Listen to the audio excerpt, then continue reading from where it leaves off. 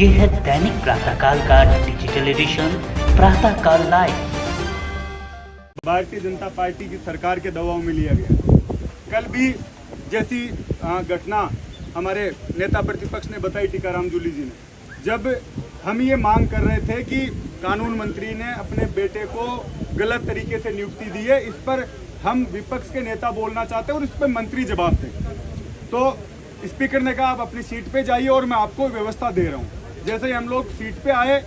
और स्पीकर कहने लगे आप हमें लिखित में दे दीजिए और मैं परीक्षण करके कल आपको समय दूंगा। पहली बात, जब आप हम लोगों से ये बात कर चुके थे उसके बाद अपने बात से आप मुकरे, और उसके बाद जब नेता प्रतिपक्ष बोल रहे हैं तो श्रीचंद कृपलानी और हरलाल सारन दोनों बार बार उनको टोक रहे थे, बीच में खड़े होकर बोल रहे थे। तो मैंने सिर्फ इतना बोला कि जब नेता प्रतिपक्ष बोल रहा है तो आप लोगों को अधिकार नहीं है, क्योंकि जब आपका नेता बोलता है तो हम लोग सब सुनते हैं, तो आपको ये बात सुननी चाहिए। उतने में पूरी भाजपा खड़ी हो गई और स्पीकर साहब को पता नहीं पहले से ये तय करके आए थे, क्योंकि उन्होंने पहले भी 2-3 बार यूँ कह दिया कि आप शांति से बैठ जाइए, क्योंकि भाजपा के मंत्री जवाब दे नहीं पा रहे। विधानसभा में पूरी तरह से भाजपा सरकार फेल हो रही है, उसको बचाव कैसे किया जाए, इसको लेकर पूरी जिम्मेदारी स्पीकर ने अपने ऊपर ले रखी थी। पहले से बार बार ये कहते विश्वविद्यालय से आए हुए छात्र नेता तुम सुधर जाओ, तुम्हें सस्पेंड कर दूंगा, और जिस तरीके से बिना वोटिंग और जिस जल्दबाजी में कल सस्पेंशन हुआ, कल मार्शलों द्वारा जिस तरीके का बर्ताव हमारी महिला विधायकों के साथ, बुजुर्ग हमारे जितने भी विधायक थे उनके साथ किया गया, एक जैसे सड़क पर झगड़ा होता उस तरीके की नौबत सदन में आई।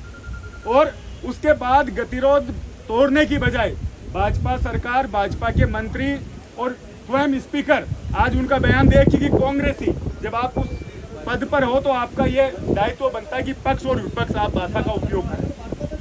कांग्रेस ही है इस तरीके की भाषा बोल रहे हैं। तो ये जितनी भी चीजें घटी और उसके बाद आज वापस से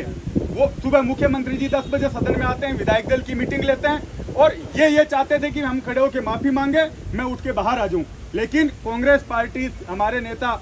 टीकाराम जूली जी, सीएलपी लीडर, सबने जिस मजबूती के साथ संविधान की रक्षा के लिए और इन भाजपा के लोगों को ये मैसेज देने के लिए जिस तरीके से रात भर सदन में डटे